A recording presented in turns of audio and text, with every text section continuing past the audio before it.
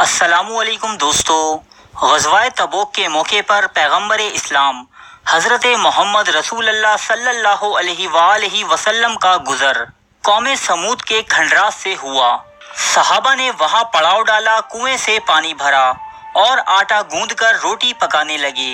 جب رسول اللہ صلی اللہ علیہ وآلہ وسلم کو معلوم ہوا تو آپ نے حکم دیا کہ پانی گرا دو، ہانڈیاں اوندھی کر دو اور آٹا ضائع کر دو، اور مزید فرمایا کہ یہ وہ بستی ہے جس پر عذاب نازل ہوا تھا، یہاں قیام نہ کرو اور نہ ہی یہاں کی اشیاء استعمال کرو، آگے بڑھ کر پڑاؤ ڈالو، کہیں ایسا نہ ہو کہ تم بھی اس بلا میں مبتلا ہو جاؤ۔ تفسیر ابن کثیر۔ اس واقعے سے یہ سوال ابھرتا ہے کہ آخر ماضی میں وہاں آباد قوم سمود ایسے کس عذاب کا شکار ہوئی کہ جس کے نقصان دہ اثرات اس کی فضاؤں اور عمارتوں میں ہزاروں سال بعد بھی موجود رہے۔ قوم سمود اور قوم عاد پر نازل ہونے والے عذاب کا تذکرہ اللہ پاک نے قرآن پاک میں اس طرح بیان فرمایا ہے۔ ترجمہ: جب ہم نے ان پر بانجھ ہوا بھیجی، وہ جس چیز پر سے گزرتی اس کو بوسیدہ ہڈیوں کی مانند کیے بغیر نہ چھوڑتی۔ نشانی ہے سمود کے واقعے میں، جب ان سے کہا گیا کہ برتو ایک وقت تک، مگر اس تنبیہ سے وہ باز نہ آئے اور اپنے رب کے حکم سے سرتابی کرنے لگے۔ پھر پکڑا ان کو ایک خوفناک چمک نے، اور جسے وہ دیکھتے تھے پھر نہ ان میں اٹھنے کی سبقت تھی اور نہ وہ اپنا بچاؤ کر سکے۔ مذکورہ آیات میں عربی لفظ ریح العقیم بھی استعمال ہوا ہے۔ ریح کے معنی ہوا کے ہیں اور عقیم کے معنی بانجھ ہونا، یعنی بانجھ ہوا۔ سینکڑوں سال ایک راز بنے رہنے کے بعد سائنسی ترقی کے سبب ایک ایسی چیز منظر عام پر آئی جو بانجھ ہوا کی صفات پر پوری اترتی ہے، اور وہ ہے ایٹمی تابکاری یعنی ریڈیشن۔ اگر آپ تابکاری کی خصوصیات کا مطالعہ کریں تو قرآنی آیات کے مفہوم اور تباہ شدہ بستیوں سے گزرنے کے موقع پر حضور پاک صلی اللہ علیہ وآلہ وسلم کی شدید احتیاط کی بنیادی وجہ سمجھ میں آ جائے گی۔ اب آتے ہیں اس سوال کی جانب کہ تابکاری کیا ہوتی ہے۔ ایٹمی دھماکوں اور نیوکلیائی حادثوں سے جو لہریں خارج ہوتی ہیں وہ ایسے تابکار عناصر پر مشتمل ہوتی ہیں جو فضا میں بکھرنے کے بعد وہ چاہے ہوا میں، کھانے میں یا پینے میں داخل ہو جائیں، ایک سیکنڈ کے ملین حصے میں انسانی جسم کے ان خلیات کے الیکٹرانز کو ختم کر دیتے ہیں جو باہم مل کر انسانی جسم کی تشکیل کرتے ہیں۔ اس کے علاوہ یہ جسم میں مختصر اور طویل مدت کی بیماریاں بھی پیدا کرتے ہیں جو نظام تولید کے ذریعے نسلوں چلتی رہتی ہیں۔ تابکاری یعنی ریڈیشن انسانوں پر ہی نہیں بلکہ جانوروں اور پودوں پر بھی اثر انداز ہوتی ہے اور زمین پر فصلیں ناپید ہو جاتی ہیں۔ اس لیے تابکاری کو ہی قرآن پاک میں موجود لفظ بانجھ ہوا کے قریب ترین کہا جا سکتا ہے۔ قرآن پاک میں ارشاد باری تعالیٰ ہے۔ ترجمہ: اور تم پر جو عذاب آتے ہیں تمہارے ہی کرتوتوں کا نتیجہ ہیں، اور اللہ تو بہت خطاؤں کو درگزر کرتا ہے۔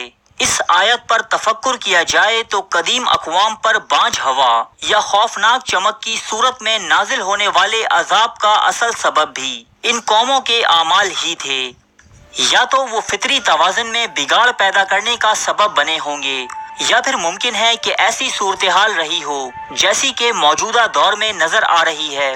آج کا انسان بھی تباہ کن ہتھیاروں کی تیاری کی دوڑ میں آگے بڑھ کر ایسے ہتھیار بنا چکا ہے جس کے استعمال سے پوری نوع انسانی کا خاتمہ ہو سکتا ہے۔ قوم عاد جو بانجھ ہوا سے ہلاک ہوئی، جزیرہ نما عرب میں جو صحرا ربیع الخالی کے نام سے واقع ہے اس میں آباد تھی۔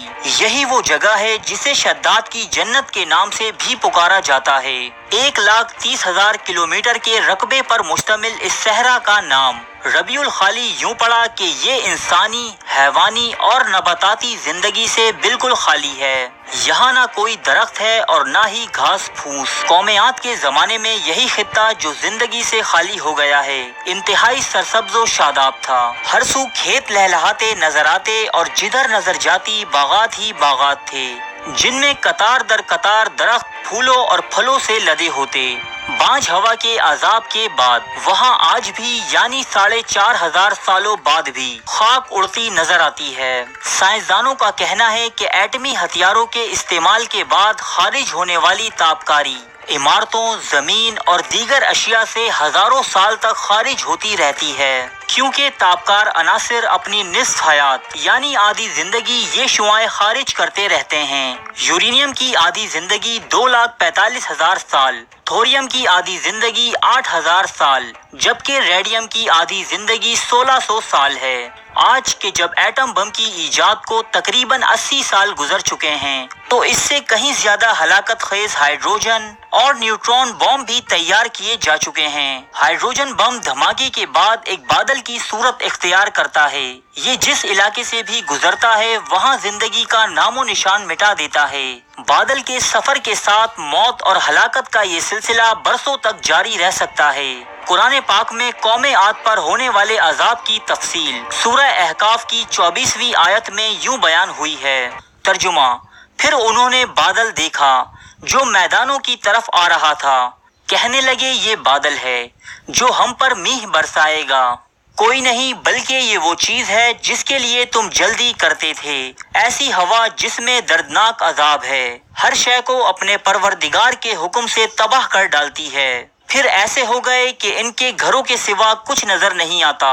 مذکورہ آیات میں ایسے سیاہ بادلوں کا تذکرہ ہے جس کی ہوا میں ایسی تباہ کاری ہے جو زندگی کے آثار کو متاثر کر سکتی ہے۔ سائنسی نقطۂ نظر سے یہ سخت آندھی، طوفان یا گرد و غبار کے اثرات نہیں، بلکہ ہائیڈروجن بم کی تابکاری سے ملتی جلتی محسوس ہوتی ہے۔ اسی طرح ہائیڈروجن بم سے بھی زیادہ خطرناک نیوٹرون بم ہے۔ اس کی سب سے عجیب بات جو اسے دوسرے ایٹمی ہتھیاروں سے منفرد کرتی ہے وہ یہ کہ یہ اپنی توانائی دھماکے میں ضائع نہیں کرتا، بلکہ اس کی زیادہ تر توانائی ایسی شعاعوں کے اخراج میں صرف ہوتی ہے جو انسانی و حیوانی زندگی کے لیے مہلک ترین ہیں۔ نیوٹرون بم کے پھٹنے کے کچھ دیر بعد اس کے دائرہ کار میں زندگی ختم ہو جاتی ہے، لیکن سڑکیں، عمارتیں، فیکٹریاں اور دکانیں سب اپنی جگہ موجود رہتی ہیں، جیسا کہ قوم سمود کے ساتھ ہوا کہ ان کی عمارتیں 4,500 سال بعد بھی عبرت کا نشان بنی ہوئی ہیں۔ اب یہ سوال اٹھتا ہے کہ اس دور میں ایٹم بم جیسی تباہی کیسے رونما ہوئی؟ 19ویں صدی میں چند سائنسدانوں نے ربع الخالی میں ایک تباہ شدہ شہر دریافت کیا جسے ویبر کا نام دیا گیا۔ مقامی لوگ آج اس علاقے کو الحدید کہتے ہیں، جس کے معنی لوہے کے ٹکڑے کے ہیں۔ اس کی وجہ یہ ہے کہ اس صحرا میں جگہ جگہ لوہے کے پگھلے ہوئے ٹکڑے ملتے ہیں۔ یہاں کی ریت میں لوہے کے ٹکڑوں اور سفید سلیکا کے شیشے کی آمیزش ہے۔ ان ٹکڑوں کے برٹش میوزیم میں تجزیے سے معلوم ہوا کہ یہ لوہے کا ٹکڑا کسی زبردست حرارت سے پگھل کر خشک ہو گیا تھا۔ اس کو دیکھ کر اندازہ لگایا گیا کہ انتہائی وزنی شہاب ثاقب، جس میں لوہے کا عنصر سب سے زیادہ تھا، نہایت تیز ویلوسٹی سے زمین کی طرف آیا۔ زمینی فضا میں زبردست گیسی تعامل کی بنا پر شہاب ثاقب ایک آتش فشاں بن گیا اور یہ انتہائی تیز رفتاری سے اس علاقے پر آفت بن کر گرا، جس سے زمین پھٹ گئی اور ہر طرف آگ ہی آگ لگ گئی۔ یہاں کی ریت دیکھنے سے محسوس ہوتا ہے کہ کسی زمانے میں زبردست حرارت کے باعث پگھل گئی ہوگی اور سلیکا کی موجودگی اس علاقے پر اس وقت پیدا ہونے والے انتہائی درجہ حرارت کی نشاندہی کرتی ہے۔ غزوہ تبوک کے موقع پر قوم سمود کے کھنڈرات سے رسول اللہ صلی اللہ علیہ وآلہ وسلم کے گزرنے کے واقعے سے آپ کی ایک اور معجزانہ صلاحیت کا انکشاف بھی ہو جاتا ہے کہ حضور نبی کریم صلی اللہ علیہ وآلہ وسلم نے بغیر کسی وسیلے کے خطرناک شعاعوں کے اخراج کو دیکھا، اسے انسانوں کے لیے خطرناک پایا اور وہاں سے فی الفور کوچ کرنے کا حکم دیا، حتیٰ کہ غذا، پانی اور برتن تک ضائع کرنے کا حکم دیا کہ تابکار شعاعیں ان میں بھی سرایت کر چکی ہوں گی۔ اگر ہم مسلمان سورہ زاریات کی آیات میں مذکور بانجھ ہوا، خوفناک چمک اور سیرت کے اس واقعے کو سامنے رکھ کر غور کریں تو یہ حقیقت سامنے آ جائے گی کہ 1400 سال قبل جب رسول اللہ صلی اللہ علیہ وآلہ وسلم کا لشکر اس بستی سے گزرا ہوگا تو اس وقت تابکاری کے اخراج کی کیا مقدار رہی ہوگی۔ ارے فرینڈز، ایک منٹ، آپ ایسے ہی جا رہے ہیں؟ اتنی محنت سے ویڈیو بنائی ہے، ایک لائک تو بنتا ہے نا۔ اور دوسرا یہ کہ آپ ہمیں اتنی بڑی دنیا میں دوبارہ کیسے ڈھونڈیں گے؟ تو اس کا حل یہ ہے کہ آپ ہمارے چینل کو سبسکرائب کر لیجئے اور اس بیل کے آئیکن کو کلک کر دیجئے۔ اس طرح ہمارے آنے والی تمام ویڈیوز آپ تک پہنچتی رہیں گی۔ ارے ڈریے مت، یہ بالکل فری ہے۔